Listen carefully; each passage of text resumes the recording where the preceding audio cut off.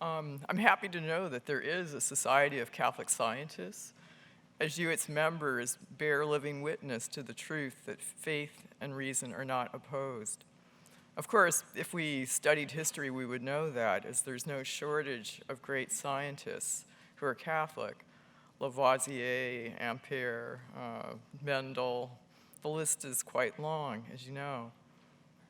However, we also know that there's no shortage of scientists who want to drive a wedge between faith and reason. So, for example, the biologist William Provine admits that there are good scientists who are practicing Christians, but he maintains that they check their brains in at the church door and they retrieve them when they exit. So for this reason, the founders of the Society of Catholic Scientists is to be commended for providing a forum where you as scientists can discuss the reasons for the faith which is in you in the face of attacks on your faith which are leveled in the name of science. So it's great to see so many of you at this conference, and I'm honored to speak to you. So the talk I'm going to give is entitled, Does Science Show That Humans Are Not Made in the Image of God? An editorial that appeared in 2007 in the prestigious journal Nature had the following title and subtitle, Evolution and the Brain. With old deference to the sensibilities of religious people, the idea that man was created in the image of God can surely be put aside. So how does the author support this claim? I quote, humans evolved body and mind from earlier primates. The ways in which humans think reflect this heritage as surely as the way in which their limbs are articulated. This applies not just to the way in which our neurons fire, but also to the various aspects of our moral thought, as we report in this week in a news feature on the moral connotations of disgust. The way that disgust functions in our lives and shapes our moral decisions reflects not just cultural training, but also biological evolution. Current theorizing on this topic, although fascinating, may be wide of the mark, but its basis in the idea that human minds are the product of evolution is not atheistic theology. It's unassailable fact. This does not utterly invalidate the idea that the human mind is a reflection of the mind of God, but the suggestion that any entity capable of creating the universe has a mind encumbered with the same emotional structures and perceptual framework as that of an upright ape adapted to living in small, intensely social peer groups on the African savanna seems a priori unlikely, end quote. So the views expressed above are based on a misunderstanding of what is meant by saying that human beings are in the image of God, as well as on a confusion of the different senses of the word mind. So there are going to be two parts to this talk. In the first part, I'm going to go over basic teachings of the Catholic Church on what is meant by saying that we're made in the image of God. And in the second part, I'm going to mount a defense of this truth in the face of arguments that are leveled in the name of science. So as we know, much of church teaching is drawn from Scripture. In Genesis it says, God said, let us make man in our own image, in the likeness of ourselves. And then a line later, God created man in the image of himself. In the image of God he created him. Male and female he created him. So first, what does it mean to be an image? Well, the simple fact that one thing is like another doesn't make it an image of another. One egg is not an image of another egg. It has to be modeled on the other in order to be an image. But given that it is modeled on the other, not just any likeness is sufficient for it to be an image. The likeness cannot be generic. For example, a picture of a zebra is not an image of a horse, though both are quadrupeds. The likeness has to be of the species, or at least according to a characteristic proper to the species, mainly its form. And so we speak of the image of Jefferson being on the nickel. Rational beings are like God not only by existing and living, as is the case of other beings on earth, but in having an intellectual life. And so we bear the closest resemblance to God that any creature has, and for this reason are said to be in God's image. We can become even more like God through grace, which is a sharing in God's life. And humans are still more like God through glory, when we shall know him as he knows us. These ideas are expressed in the compendium of the Catechism of the Catholic Church, and I quote, "The human person is created in the image of God in the sense that he or she is capable of knowing and loving their Creator in freedom. Human beings are the only creatures on earth that God has willed for their own sake and is called to share through knowledge and love in his own divine life. All human beings, inasmuch as they are created in the image of God, have the dignity of a person. A person is not just something, but someone capable of self-knowledge and of freely giving himself and entering into communion with God and other persons," end quote. And then the Catholic Catechism itself says this, and I quote, "Soul also refers to the innermost aspect of man, that which is of greatest value in him, and that by which he is most especially in God's image. Soul signifies the spiritual principle in man. The Church teaches that every spiritual soul is created immediately by God, it is not produced by the parents, and also that it is immortal. It does not perish when it separates from the body at death," end quote. Now, you might ask, are we primarily in the image of God because of our rational soul, or because of the rational faculties of intellect and free will? Some passages speak in terms of our rational faculties, and others in terms of our rational soul. Finally, it doesn't make a whole lot of difference, since what's distinctive of the rational soul is its rational faculties of intellect and free will. Angels are also created in the image of God. They are purely spiritual beings endowed with intelligence and free will. Indeed, to the extent that they are of greater intelligence, by nature, they are more to the image of God than we are. As for the human body, it seems that it can't be in the image of God because it's material, and God is immaterial.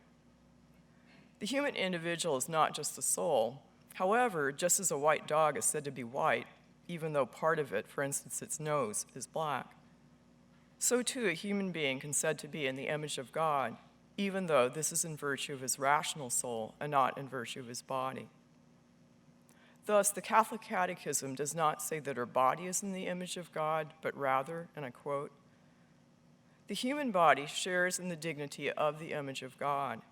It is a human body precisely because it's animated by a spiritual soul, and it is the whole human person that is intended to become, in the body of Christ, a temple of the Spirit," end quote. So the human body is a human body because it shares the being of the rational soul. Thus, it has a certain dignity that other bodies do not have, and in some way reflects the spiritual nature of our soul. Thus, our actions, to some extent, though not entirely, reveal to others our moral character.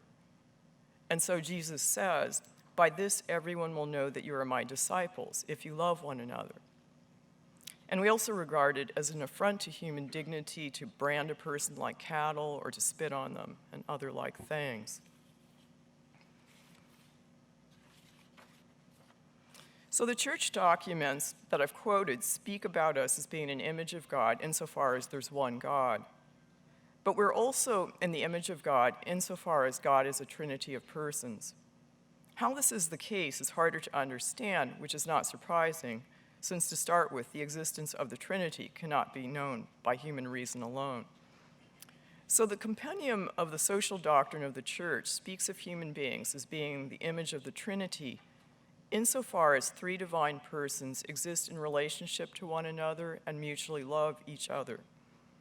So we too exist in relationship to God and others, and these relationships are supposed to be loving. However, and this is especially seen in the relationship between husband and wife. However, this relationship doesn't seem to make us in the image of the Trinity, as it only involves two individuals. When the couple has a child, however, there are three persons. And so the Catholic Catechism says, quote, "The Christian family is a communion of persons, a sign and image of the communion of Father and Son in the Holy Spirit, end quote. Now, there are saints who speak about how each human person individually is an image of the three divine persons. This includes St. Augustine, St. Hilary, St. Thomas Aquinas, St. Catherine of Siena.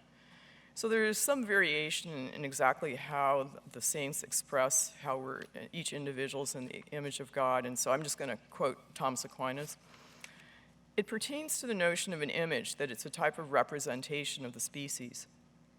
What is specific to the Trinity is that the Word proceeds from the one speaking the Word, and love joins the two.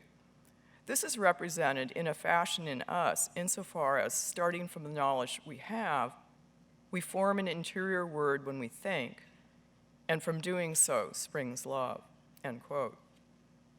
So some consequences of being in the image of God are, of course, human dignity. So dignity is simply a being's inherent goodness, which allows it to be ranked according to a scale. So all creatures have dignity.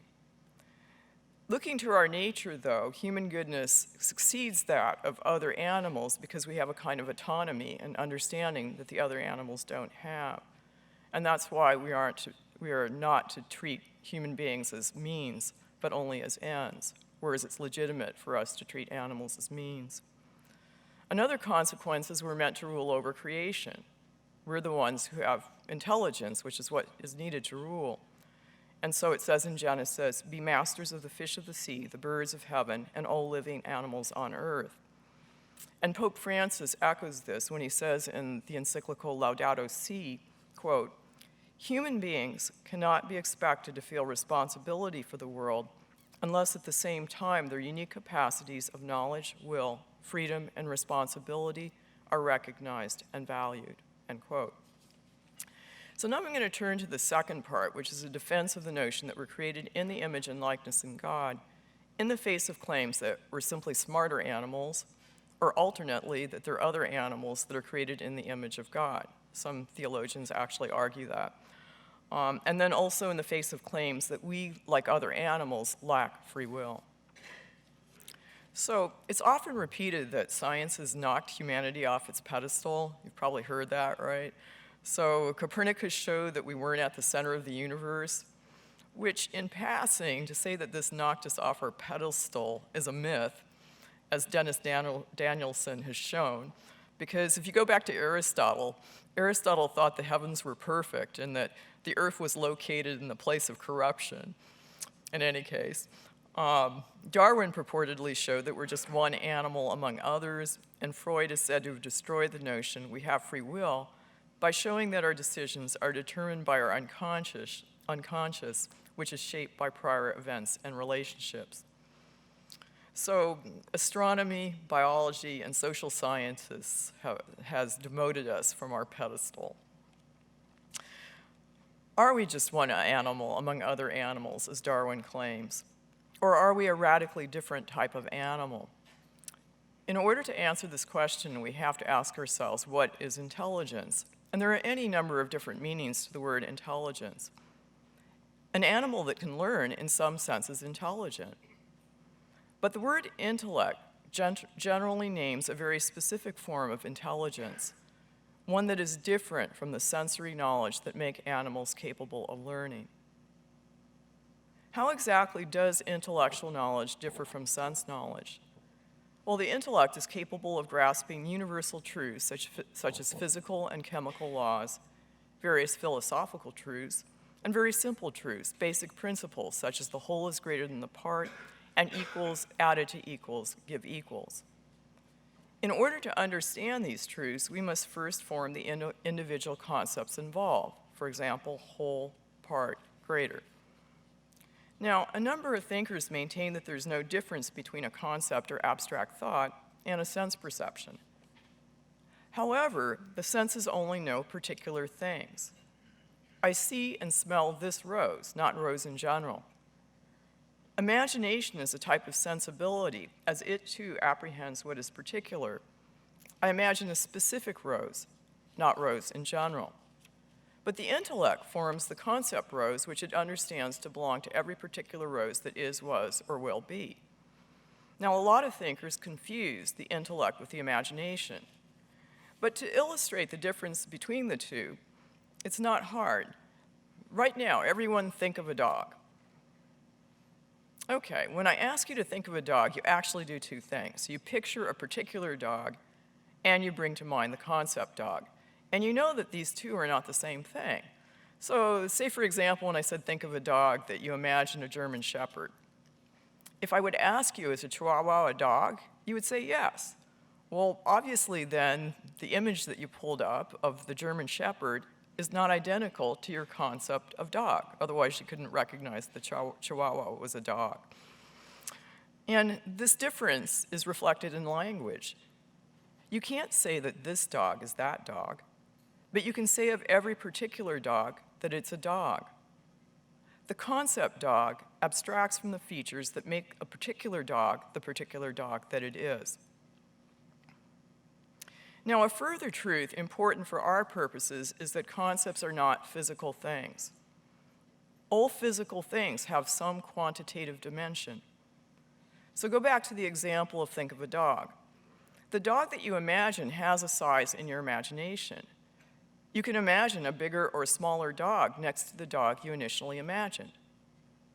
Now, in reality, a dog that is 3 feet tall is bigger in height than a dog that's only a foot tall. And the image of a dog that's 3 feet tall is bigger in height than the image of a dog that's 1 foot tall. But the concept 3 feet is not a bigger concept than the concept 1 foot. It's a concept of a bigger length, but it itself has no size. If the concept had a specific size, it would be an image of sorts and would not be applicable to everything that has a dimension of 3 feet. A complementary argument for the immateriality of the intellect stems from considering the way in which less general concepts fall under a more general concept. In the Platonic dialogue, the Parmenides, it suggested that the more general concept is like a tent, which covers a number of different things. So, for example, the concept animal would cover the concepts of dog and pig and frog. It's then pointed out that the problem with this view is that only part of the tent covers each thing that's under the tent. Yet the whole concept animal applies to the concepts of dog and pig and frog. Everything that is true of animal is true of dog, and everything that is true of animal is true of pig, and so forth, and not just part of what is true of animal. Thus, the extension the concept animal has cannot be some type of physical extension. So mind can refer to a number of things. Mind can be used to name the intellect specifically, or it can be used to name the imagination and memory, what philosophers call the internal senses, or it can be used to name both. Catholics, in keeping with Pope Pius XII's words in Humani Generis and biological evidence, can accept that the human imagination and memory evolved. But the intellect cannot evolve because it's not a physical thing. All right, so another question is, how do we know that non-human animals do not form and consider abstract ideas? Because if they did, then they too would be created in the image of God. So what I'm going to do is I'm going to look at some of the smartest animals, those that show the greatest capacity for learning and problem solving. If I can show that there's reason to think that they lack the capacity for abstract thought, then it seems fair to conclude that animals of lesser ability also lack this capacity. So the smartest animals are the great apes, the cetaceans, dolphins and whales, and certain birds. I will talk primarily about the apes as there's more data available from the language studies done with them than with other animals, such as dolphins. And nothing in the latter studies gives reason to reject the main point that I intend to make by looking at the ape language studies. So some apes have been taught symbolic means of communication. So they taught some apes a variation of American Sign Language. And then in later studies, they used what they call lexigrams. So the lexigrams are displayed in different ways. So sometimes you just have a piece of cardboard, and on the piece of cardboard, there would be boxes drawn. And in each box, there would be a symbol. And then the ape would simply point to the symbol it wanted to point to. And sometimes they actually put the lexigrams on a computer so that when the ape depressed the key that had a certain symbol on, that symbol would light up on the screen, and then it could make little sentences like, give banana. All right. So what one sees if one looks at transcripts of their utterances is that they never ask questions for the purpose of gaining ideas about the world. Yet, if they had the ability to form concepts about the world, they would naturally desire to actualize this ability. And once they had the words needed to ask questions about the world, they would naturally ask questions about it. We see this in human children. According to an article based on a survey of 1,000 mothers that was done by an online retail store, so it wasn't a scientific study, but I do think it's indicative, mothers are asked nearly 300 questions a day. Now, that seems a little high, right? Okay? No? Anyway, it's certainly true that little kids ask a lot of questions, and according to the survey, the 5 toughest questions mothers get asked are, why is water wet? Where does the sky end? What are shadows made out of? Why is the sky blue? How do fish breathe underwater? Now, what this shows is that while certainly children ask questions to get things like cookies, they also ask many questions simply to increase their intellectual knowledge of the world. Apes, on the other hand, only ask questions to get things. They use language for the most part in a way similar to the pigeon that's been trained to push buttons in a certain sequence to get a grain reward. So they can train pigeons to push different colored buttons. Say they have to push the button red, yellow, green, okay, in that sequence, and then they get a reward. Now, the buttons are actually transposable, so they can put the green button where the red button is, but the pigeon still remembers the sequence. It wants its green reward, and it will punch the correct sequence. Now, imagine that you put on those buttons a word on each. Give pigeon grain. Would you then think, oh, wow, the pigeon has language? Of course not. But that's basically what's happening in the ape studies. Their associative memory allows them to associate a symbol with an object, and that's basically what they do. They ask for things. Now, there are some cases where an animal asks for the name of something. For example, the parrot Alex asked a student who was eating a carrot what it was called and what color it was. He was later able to identify orange-colored things, and he sometimes asked for carrots. Obviously, knowing the word for carrot was for Alex a means of getting carrots. As for learning the word for the color orange, Alex was often asked what color various objects were and would be rewarded for a correct answer. So it's not surprising that Alex himself would ask this question and store the answer away for future use. Alex's question was about a name for something, not the reality itself. Whereas a child might be in her parent's lab and ask, what is that? And the parent could answer, well, that's a centrifuge. But then the child could very well go on to ask, well, what is a centrifuge? Children are interested not in just knowing the names for things, but for understanding what things are. While some animals will ask for a name, in the case of names that are useful for getting things they want, they don't ask about things. In striking contrast, the blind and deaf Helen Keller, upon being taught sign language, eventually came to ask questions about things, and not just about names of things. And I quote from her autobiography, "I had now the key to all language, and I was eager to learn to use it. Children who hear acquire language without any particular effort. The words that fall from others' lips they catch on the wing, as it were, delightedly, while the little deaf child must trap them by a slow and often painful process. At first, when my teacher told me about a new thing, I asked very few questions. My ideas were vague, and my vocabulary was inadequate.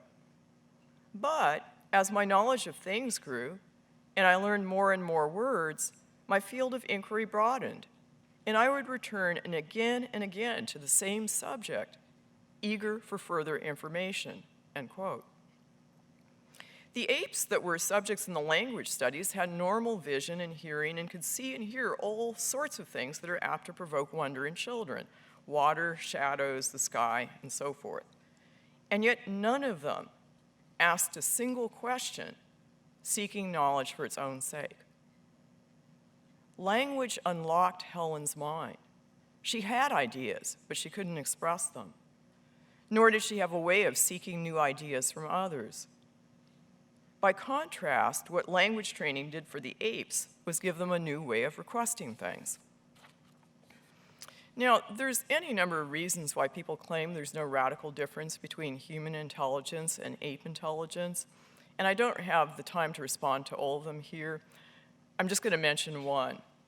So, the ability to solve problems is a sign of intelligence, and a subset of the ability to solve problems is tool making. We know that some animals make tools instinctually. So spiders, for example, they don't learn how to spin their webs, but they make them instinctually.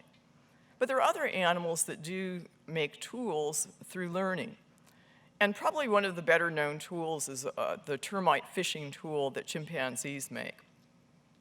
So depending on the group of chimpanzees, they make them differently.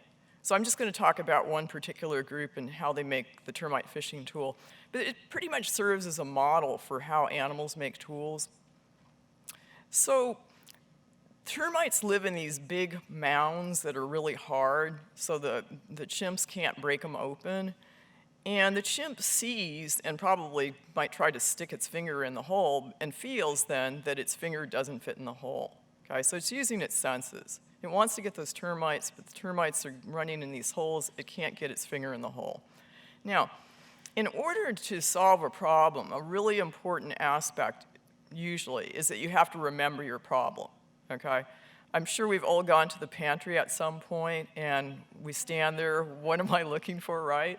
Well, if you can't remember you have a problem, you can't solve the problem, okay? So the chimps definitely have memory. And they look around in their environment and they see different things in the environment. And they don't pick up a branch that's 3 inches in diameter. Why not?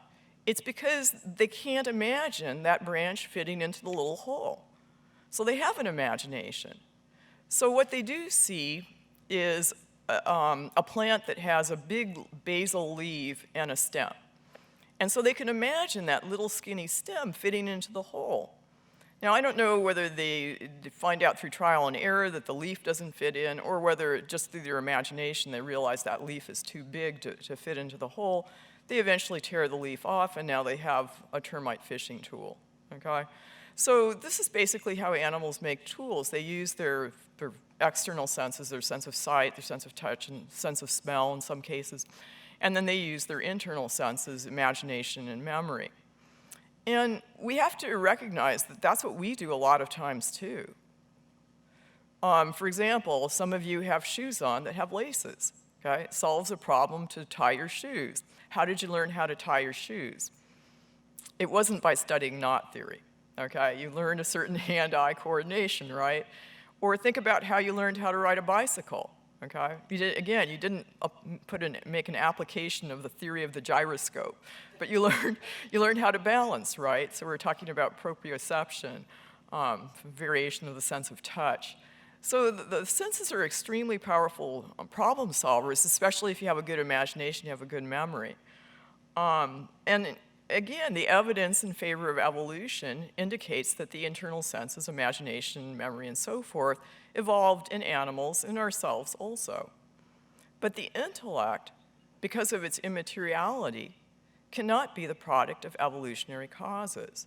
So again, there's mind and there's mind. There's mind in the sense of the immaterial intellect that we have, and then there's mind in the sense of a memory and imagination that allows an animal to make a tool. Now I'm going to turn to a defense of the immateriality of free will. According to biologist William Provine, science, specifically the theory of evolution, has shown that there is no God. And without God, there can be no free will. And so Provine holds that there's no free will. Now first, even if random variation and natural selection showed that the order in living things arises without an intelligent being being responsible for it, the argument for God's existence that this supposedly refutes, Paley's argument from design, is far from being the only argument for God's existence. So even if natural selection refuted Paley, one could not conclude that God does not exist. And in passing, there's reason to think that Darwin doesn't refute Paley, but that's a lecture for another day. But Provine is correct that if there is no God, there can be no free will. Material causes do not suffice to explain free will. Material causes that act in a deterministic manner preclude freedom. If a particular bodily state or movement, say a brain state, determines my decision, then it cannot be the case that I determine it. Consequently, to make room for free will, some appeal to the interpretation of quantum indeterminacy that posits that there are material causes that act in a non-deterministic manner. Now, I'm sure everyone here knows that quantum indeterminacy can be illustrated by the half-life of a radioactive material, but I need to spell this out to make my point. The half-life is the time it takes for half of the nuclei in a given radioactive isotope to undergo decay. The half-life has a determinate value. However, we cannot predict which individual nuclei will disintegrate during that period. So quantum effects might seem to explain the indeterminate character of free decisions. Our decisions one way or the other are not necessary.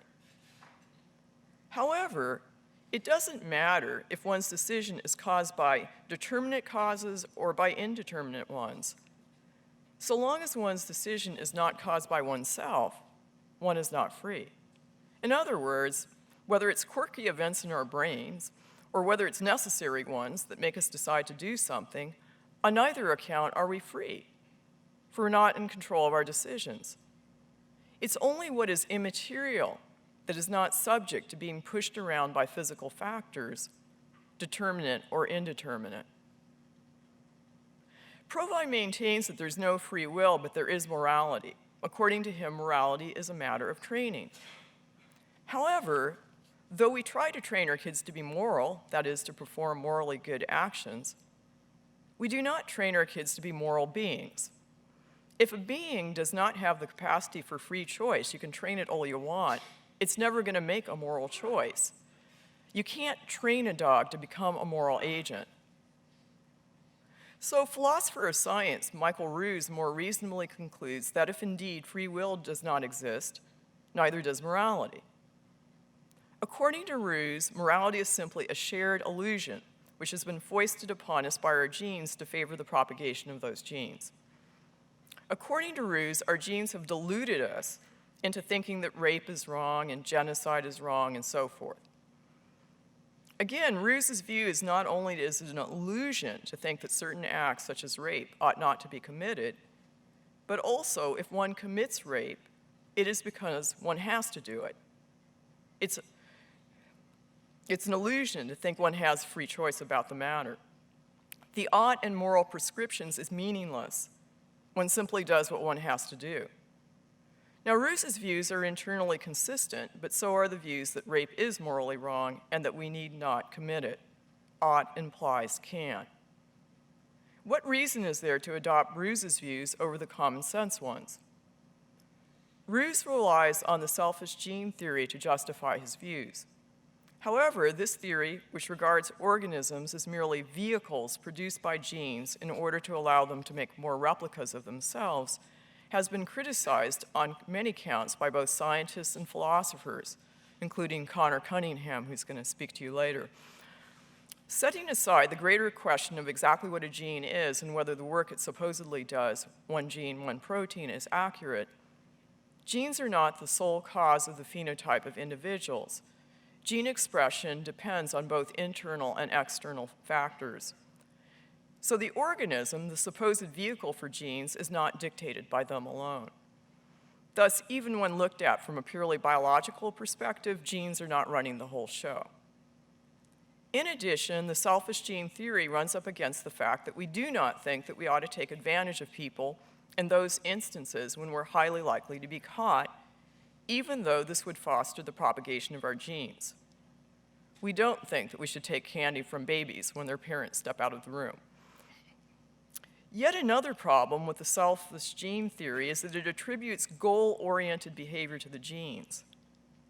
If I had more time, I'd make a case that since genes obviously don't have intelligence, their intelligent behavior can only be accounted for by some intelligent being, also known as God, in which case the possibility that human free will is immaterial and truly free comes back into the picture. Since Roos bases his view on morality on the highly questionable selfish gene theory, he fails to give us sufficient reason to abandon our common sense views that certain acts are morally right and wrong, and that we're freely capable of choosing them. All right, so turning now to Freud, who again supposedly destroyed the notion that we have free will by showing that all our decisions are determined by our unconscious, which is shaped by prior events and relationships. This doesn't fit our experience. I find it interesting to ask people about the first morally wrong act they recall committing. And a lot of times people say theft, oftentimes money from parents. It's pretty popular. And I recall when I was 5 that my brother and I were given identical toy pistols for Christmas, and the trigger on mine broke. And it occurred to me I could surreptitiously exchange my pistol for my brother's. I knew this was wrong. I decided to do it anyway. I did it intentionally. It wasn't an accident. I wasn't forced to do it. I did it of my own free will. I did not have to do it. In addition to such experiences, children at a very young age learn that if they're blamed for wrongdoing, there are 2 types of excuses they can offer, and they do so sometimes honestly and sometimes not. I didn't do it on purpose. It was an accident, okay? So that's one excuse. And the other one is, I didn't know, okay? So implied in this is the knowledge that a free act is one where one knows what one is doing and one has control over the action. But prior to the act is a free decision. Going back to the example I gave earlier, I didn't have to decide to take my brother's toy pistol. Freud would try to tell me that I did not freely make the decision to take it, that this was determined by my unconscious. But I know quite well that I didn't have to decide this way. I allowed my desire for a functioning gun to overshadow my judgment that I should respect my brother's property. I could just as well have decided to resist this desire and follow my better judgment. Now, Freud's claim that all of our behavior is determined by our subconscious not only flies in the face of our experience, it's also a non-falsifiable hypothesis. On the face of it, Freud would have to predict that a person who is shy by nature, and when I mean shy by nature, we're all born with a certain temperament or personality type, so we tend to feel certain emotions more strongly than others, okay?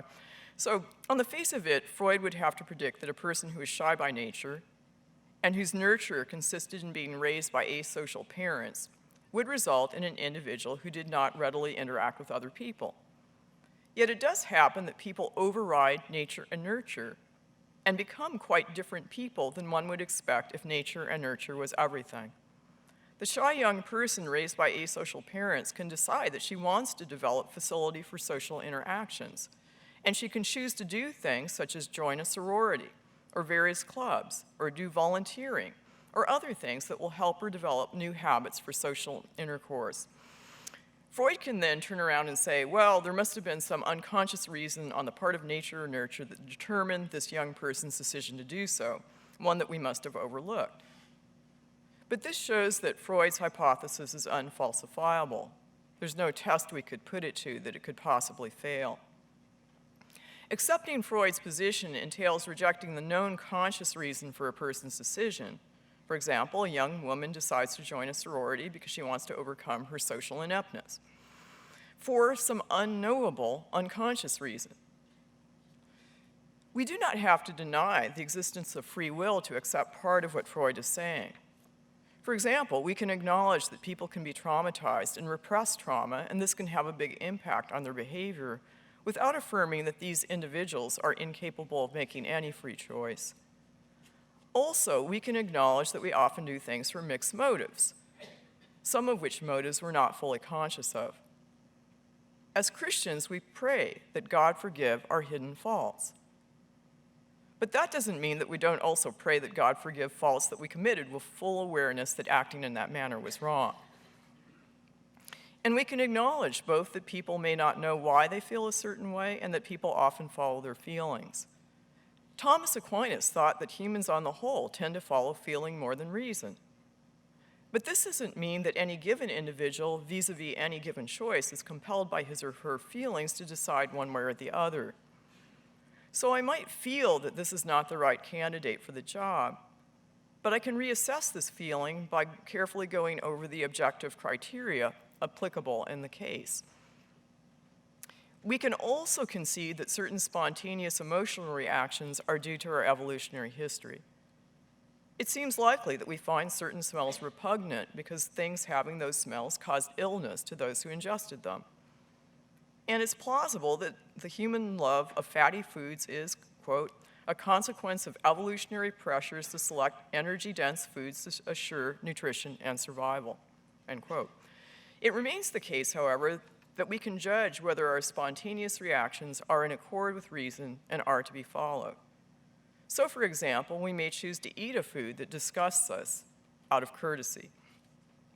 Thus, contrary to what the author of the Nature editorial implies, natural emotional reactions do not negate the fact that we have free choice as to whether we follow them or not. Again, we are said to be in the image of God not because of our body and its innate tendencies, but because of reason and free will. So going back to Provine, our experience of freely choosing can only be explained by the immateriality of free will. This is what allows us to make decisions that are not determined by prior material causes, be these our biology, or input that we receive through our senses and store in our conscious and unconscious memories located in various parts of our brain. This evidence for the immateriality of free will dovetails with that for the immateriality of the intellect, insofar as free will has been traditionally conceived as the rational appetite, that is, as the desires we have because we're able to reason and not just sense, as is the case of other animals. Recall that Provine argues against free will by arguing that God does not exist. If indeed free will and the intellect do exist, as I've argued, this gives us a reason to think that God exists. When the Catechism of the Catholic Church talks about proofs for God's existence, it states that one proof can be drawn from the human person, and I quote, "With his openness to truth and beauty, his sense of moral goodness, his freedom and the voice of his conscience, with his longings for the infinite and for happiness, man questions himself about God's existence. In all this, he discerns signs of his spiritual soul. The soul, the seed of eternity we bear in ourselves, irreducible to the merely material, can have its origin only in God." 40-some minutes is plainly not enough time to address all the objections raised from scientific quarters as to whether humans are created in the image of God. Here is a recap of the sketch I presented. Apparent conflicts between science and religion on the question of whether human beings are made in the image of God are based in some cases on a false understanding of what is meant by made in the image of God. We are made in the image of God in virtue of being endowed with a spiritual soul that contains the immaterial faculties of reason and free will. In other cases, the conflict is based on the notion that our intellect is just an advanced sense power. However, given that our ideas lack any quantitative dimension, our intellects, which form and consider such ideas, cannot be physical entities. Then there are those who claim that other animals also possess intellect and are made in the image of God. However, the absence of any effort on the part of symbol-using animals to gain intellectual knowledge about the world speaks against the notion that animals have an intellect. When it comes to free will, attempts to dismiss it on Freudian grounds amounts to putting a non-verifiable hypothesis in place of our everyday experience that we do not have to decide to do the things we decide to do, but could decide not to do them.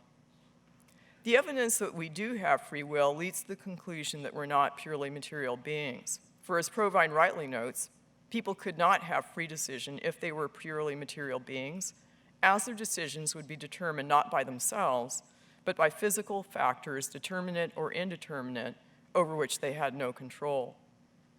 Provine's claim that evolutionary theory eliminates the possibility of an immaterial being that could be the cause of free will fails for a number of reasons, one of which is that there are a number of different types of arguments for God's existence other than the design arguments that evolutionary theory supposedly defeats. I conclude then, with all deference to the sensibilities of certain scientists, the idea that man was created in the image of God can surely be maintained. Thank you.